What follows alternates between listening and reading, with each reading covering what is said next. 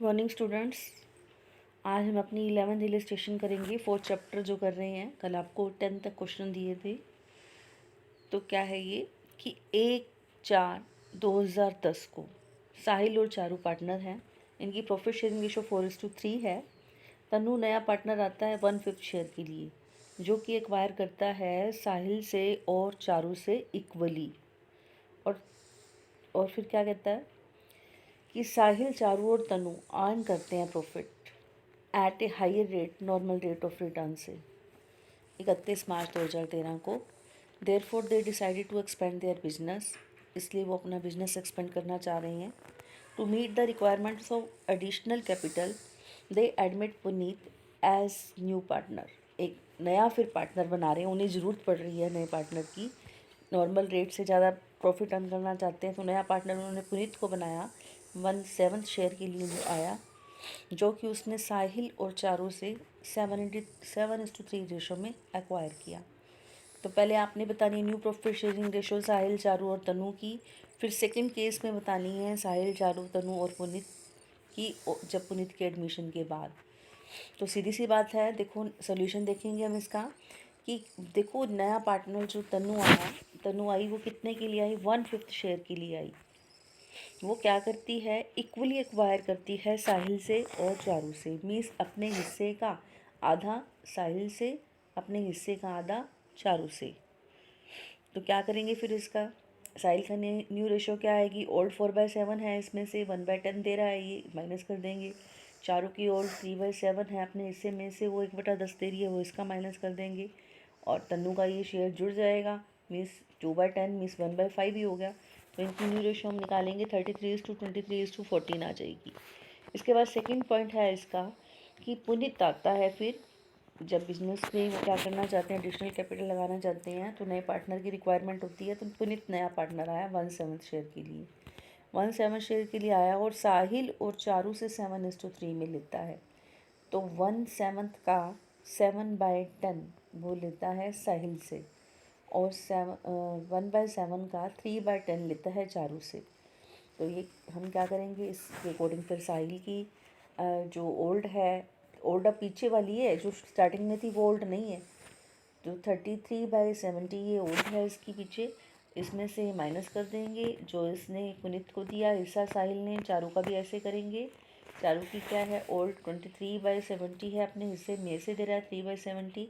तो इस तरह हम इन सब की रेशो निकाल लेंगे, न्यू रेशो निकाल लेंगे। नेक्स्ट हमारा 12th है।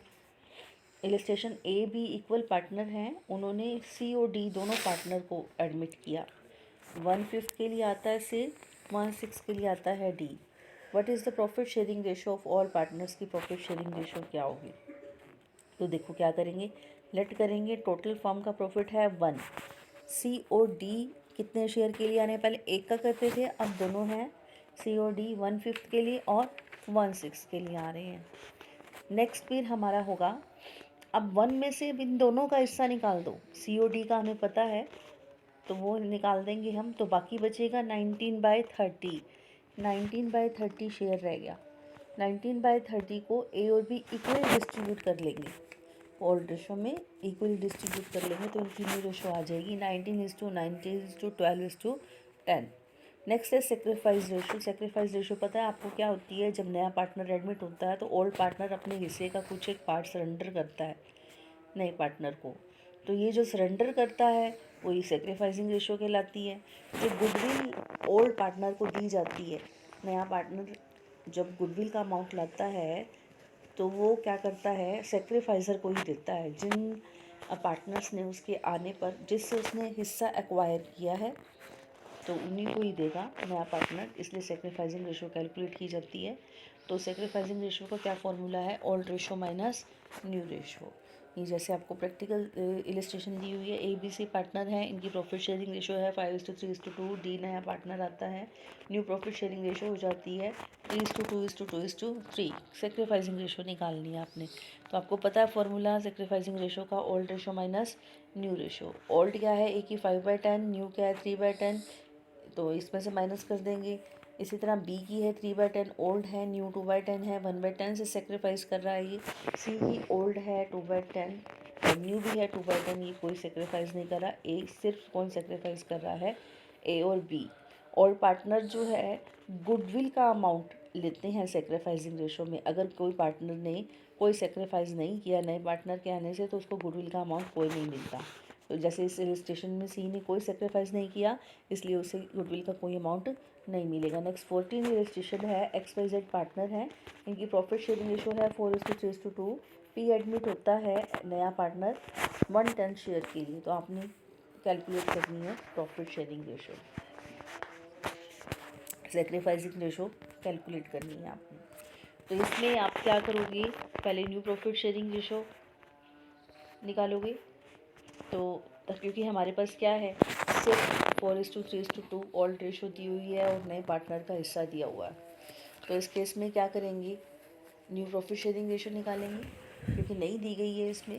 तो क्या करते हैं, हम वालेट करते हैं। टोटल प्रॉफिट है 1 फर्म का, P 110 के लिए आया, बाकी रहा 910 को इसमें 4:3:2 में दे देंगे। XYZ की न्यू रेशो आ जाएगी, इन चारों की न्यू रेशो निकाल लेंगे। फिर सेक्रीफाइसिंग रेशो निकाल लेंगे। सेक्रीफाइसिंग रेशो कैसे निकालते हैं आपको पता है, old ratio minus new ratio. X की ओल्ड क्या है, न्यू क्या है, वो माइनस कर देंगे। इसी तरह वाई की और जेड की, इनकी सेक्रीफाइसिंग रेशो आ जाएगी 4:3:2। नेक्स्ट है ए और बी पार्टनर हैं, इनकी प्रॉफिट शेयरिंग रेशो है 4:1। ए सरेंडर करता है 1/4 अपने हिस्से का एंड बी सरेंडर करता है 1/2 of his share in favour of C. What is sacrificing ratio और न्यू रेशो, दोनों रेशो बतानी है, सेक्रीफाइसिंग और न्यू रेशो बतानी है। ए का शेयर कितना है, ए सरेंडर करता है, सॉरी, ए अपने हिस्से का 1/4, ए का शेयर है 4/5 का 1/4 सरेंडर कर रहा है 1/5 सी को। इसी तरह बी सरेंडर कर रहा है, बी का हिस्सा पहले कितने हैं 1/5 है, 1/5 का 1/2 दे रहा है वो सी को, 1/10 हो गया।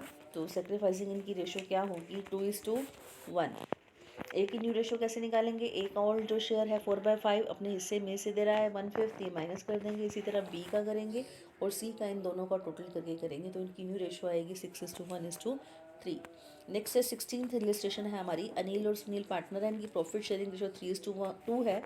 नया पार्टनर चरण आता है जो कि अनिल अपने हिस्से का 1/3 देता है। ये आपका टेस्ट हुआ था, उसमें भी मैंने ये क्वेश्चन दिया था कि अपने हिस्से का 1/3 देता है। और Sunil 1/10 from his share to Charan, अपने हिस्से में से दे रहा है कौन, सुनील।